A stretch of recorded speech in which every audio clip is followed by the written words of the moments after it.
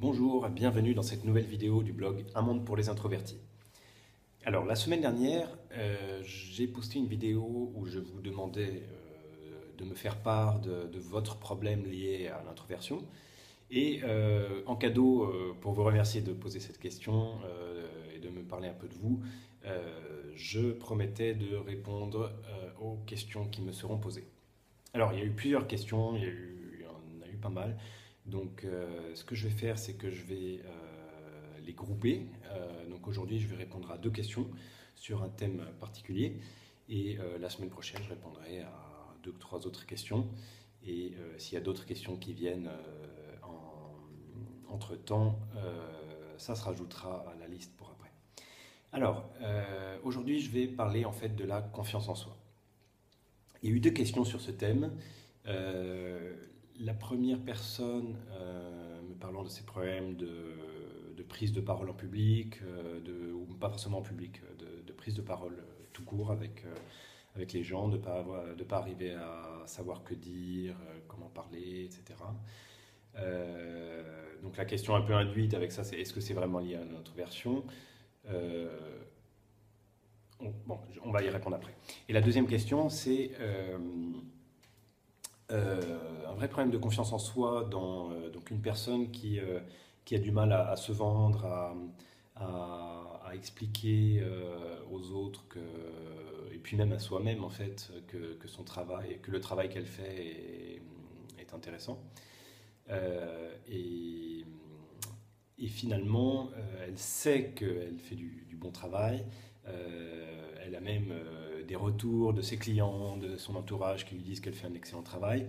Mais quand même, au moment de donner son travail, elle a toujours ce problème de confiance en soi, de se dire que c'est pas du bon travail. Et voilà. Donc, encore une fois, la question induite, est-ce que c'est lié à l'introversion et comment on peut travailler ça en tant qu'introverti? Donc, je vais répondre d'abord à la première question. La première question, c'est comment devenir meilleur en prise de parole? Est-ce que la prise de parole est liée à l'introversion? Et comment, en tant qu'introverti, être plus à l'aise à l'oral? Alors, pour répondre à cette question, d'abord, je pense sincèrement que le fait d'avoir du mal à prendre la parole n'a rien à voir avec l'introversion. Être introverti, je le répète bien assez sur le blog, c'est vraiment une question de source d'énergie. Est-ce qu'on se ressource dans la solitude ou est-ce qu'on se ressource au contact des gens? Si on se ressource plutôt dans la solitude, c'est qu'on est introverti. Si on se ressource plutôt au contact des gens, c'est qu'on est plutôt extraverti. Et après, il y a beaucoup de gens qui sont un peu entre les deux, en fonction des étapes, en fonction des moments de la vie, en fonction des étapes qu'ils parcourent, etc. Mais chacun trouvera une tendance en lui qui lui convient majoritairement. Il se dira, ouais, je suis plutôt plus introverti ou plutôt plus extraverti. Ensuite, le problème, c'est que souvent, les introvertis ont un caractère qui est pas très accepté. J'en parle beaucoup sur le blog. S'ils ont vécu dans un entourage très extraverti dans leur enfance et qu'ils ont été mal compris, ça peut avoir des séquelles, ça peut les rendre timides. C'est pour ça qu'on trouve souvent des timides chez les introvertis.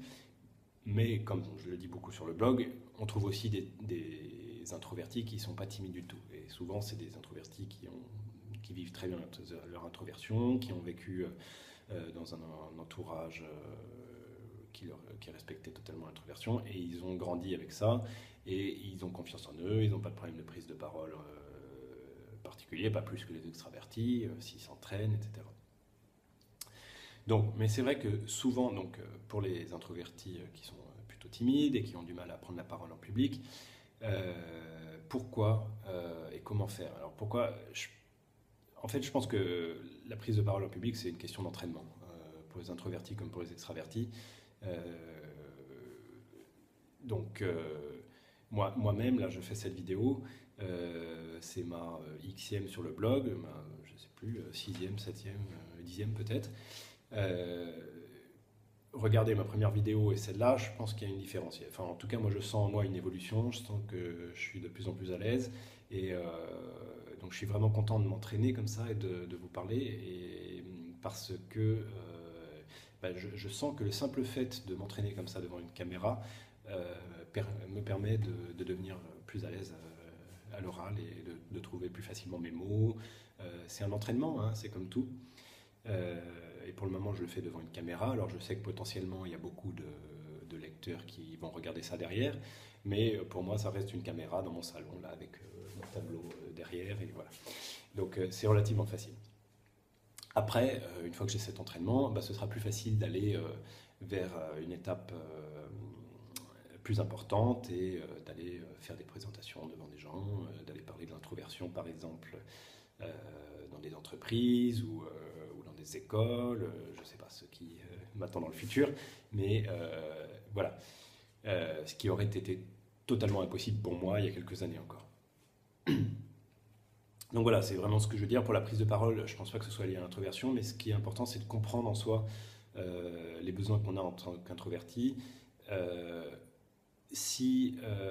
puis de s'entraîner. Donc s'entraîner, j'en ai parlé, et puis comprendre les besoins qu'on a en tant qu'introverti, je pense que c'est très important parce que imaginez, si vous êtes très introverti, imaginez une journée entière de réunions, d'amis, vous arrivez fatigué et le soir vous devez faire une présentation.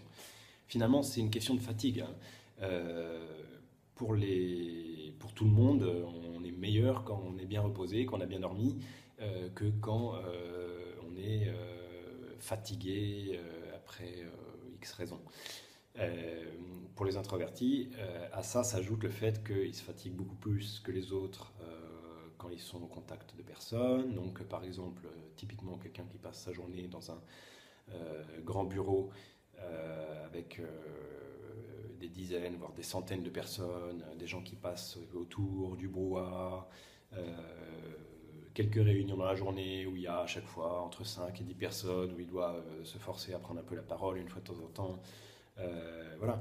Et ensuite, s'il a une présentation à faire le soir à 18h devant son chef et devant le comité de direction, ce ne sera pas facile. Donc c'est là que c'est important d'apprendre à se connaître et de bien gérer ces degrés de fatigue et de bien gérer la manière dont on se régénère pour être au top au moment où on a besoin de donner le meilleur de nous-mêmes en fait.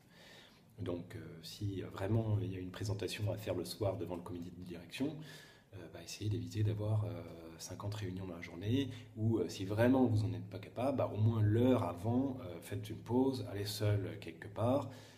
Voilà, donc ça c'était au sujet de la première question.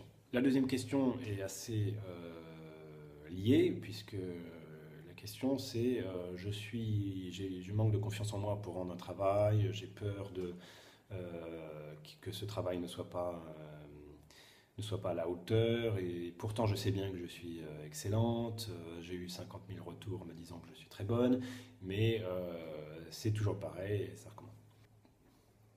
Alors là, pour le coup, ça, je pense vraiment pas que ce soit quelque chose de lié à l'introversion. Il peut y avoir des choses liées, si on a vécu comme je le disais pour la question précédente, si on a vécu dans un environnement qui n'acceptait pas trop notre tempérament introverti, ça a probablement un peu des séquelles sur notre vie entière, dans notre confiance en soi, parce qu'on a été mal accepté tel que l'on est. Donc quand on grandit, c'est jamais très bon. Même si nos parents nous aimaient, etc. Donc là, pour cette question, en fait, j'ai envie de dire, c'est un peu la même chose que pour la prise de parole à l'oral. Je pense que c'est une question d'introspection, de bien comprendre pourquoi on n'a pas confiance en soi, qu'est-ce qui fait ça, est-ce que j'ai plus confiance en moi quand je suis bien reposé, quand j'ai passé des moments solitaires, quand je me suis rechargé, ou est-ce que c'est pas lié à ça. C'est là qu'on voit si éventuellement il y a un lien avec le caractère introverti. Et puis ensuite, une fois qu'on a trouvé ça, organiser un peu sa vie pour avoir plus confiance en soi. Donc la première chose, c'est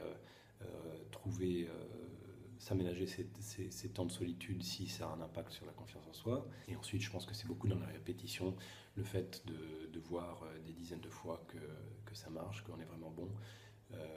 Il y a pas de secret. Au bout d'un moment, ça commence à rentrer dans la tête qu'on est bon et qu'on a le droit, nous aussi, de croire en soi. Voilà, donc pour ces 2 questions, j'espère que ça aura répondu à vos questions. Sinon, n'hésitez pas à m'envoyer un petit email pour me demander plus d'informations. Si vous avez d'autres questions, qui regarde cette vidéo, si vous avez d'autres questions qui vous viennent à l'esprit en lien avec ce que j'ai dit aujourd'hui, n'hésitez pas à laisser un commentaire en dessous de la vidéo sur mon blog ou à m'envoyer un petit email si vous êtes abonné en répondant à un de mes emails, et si vous n'êtes pas abonné, en remplissant le formulaire de contact que vous trouverez sur ma page à propos. Voilà, merci d'avoir suivi cette vidéo jusqu'au bout. Je vous souhaite une bonne semaine et à très bientôt pour une prochaine vidéo. Au revoir.